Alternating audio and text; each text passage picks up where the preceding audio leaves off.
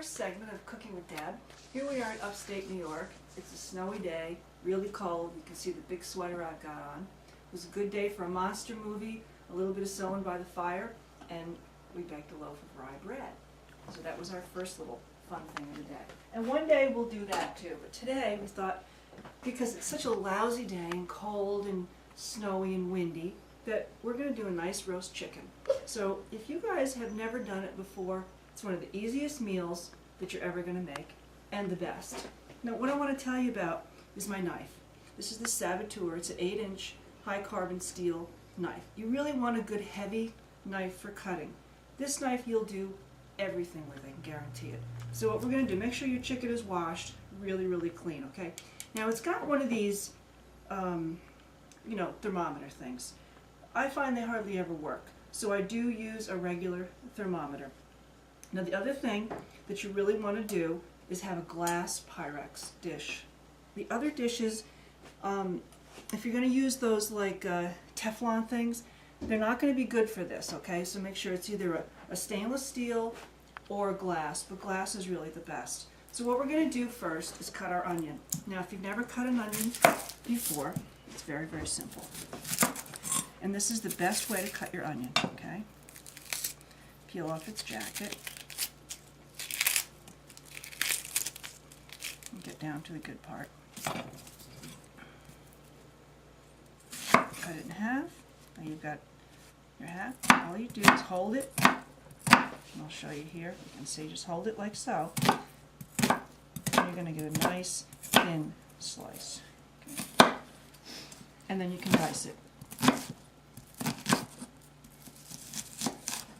And you get a nice, really nice looking dice here, this way. Now I put the giblets in there. I never ever leave them in there after the chicken is done. I throw them out. A lot of people like them. I don't. Throw your onion in the chicken. Don't use a rack underneath the chicken, okay? Put it right smack down on the bottom of your pan, and I'll tell you why. Now, take a little water, and I mean a little water. Don't go heavy on the water. Let's see what we're going to say. Maybe a half an inch. What's that? A half an inch in there. That's going to give you your gravy, and the best gravy you've ever had. Coat it, salt. Make sure you get salt in your water. You really need a pretty good amount of salt. A little bit of pepper. Don't go heavy on your pepper, just enough to give it a little bit. This is the best ingredient you're ever going to have. This is sweet Hungarian paprika. Keep it in your kitchen all the time. You're going to use it for everything. This is going to give your chicken a really nice browning, and it's going to color your gravy so that you have a beautiful, delicious brown gravy, at least we hope. The other ingredient that you really want in your kitchen all the time is parsley. I use it almost on everything, and I abundantly put it into the water and sprinkle it on top. Now this is Bell's Poultry Seasoning. I've been using it since I was a child, really. My mother always used it, I use it. But don't use too much, okay? You don't want to, flavor it too much. This has got like, I don't know, thyme and sage and stuff in it. Just a tiny little bit.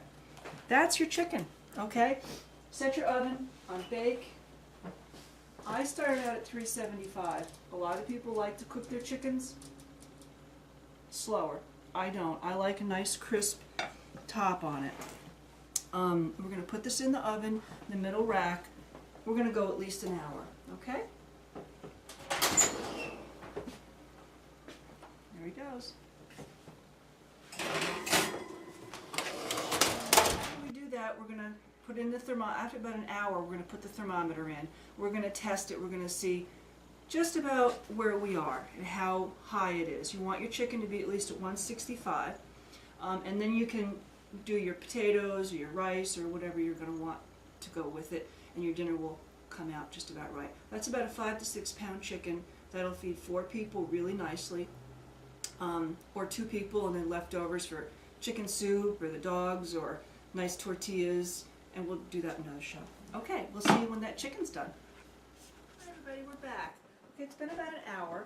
Now we're going to take a look at the chicken and see where we're at as far as temperature-wise. And so we're going to take it out of the oven. Of course, my glasses get steamed up when I do this. So now, it's starting to look good.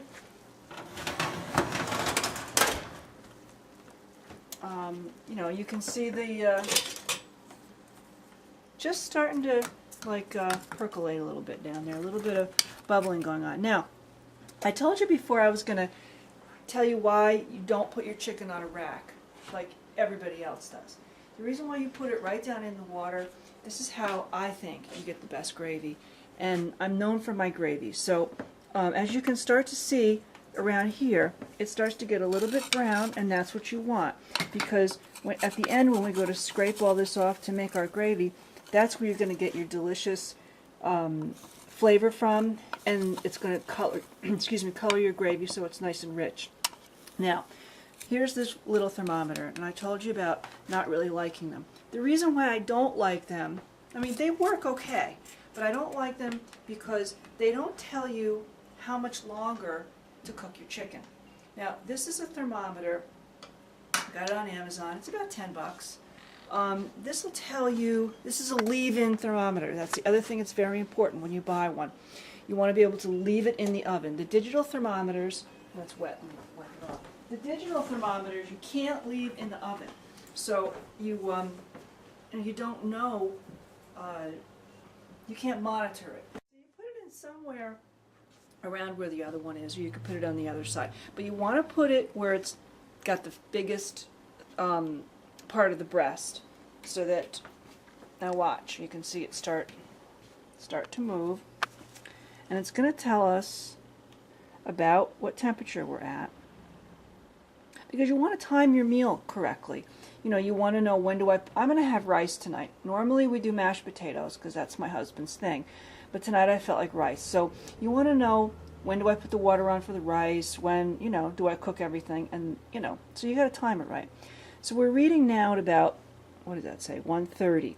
So we need to come up, poultry is 165. So we're going to need for it to come 165. Now, to me, that's telling me we need probably 45 minutes more for this chicken.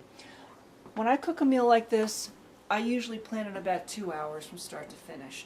So it's a kind of meal you want to do when you're home all day and, you know, you're doing the laundry or watching TV or something like that. So now we're going to leave this thermometer right in, and we're going to put it back in the oven. Don't baste it. You don't need to do anything like that to it. Just leave it as it is, and we're going to stick it right back in, and we're going to let it cook.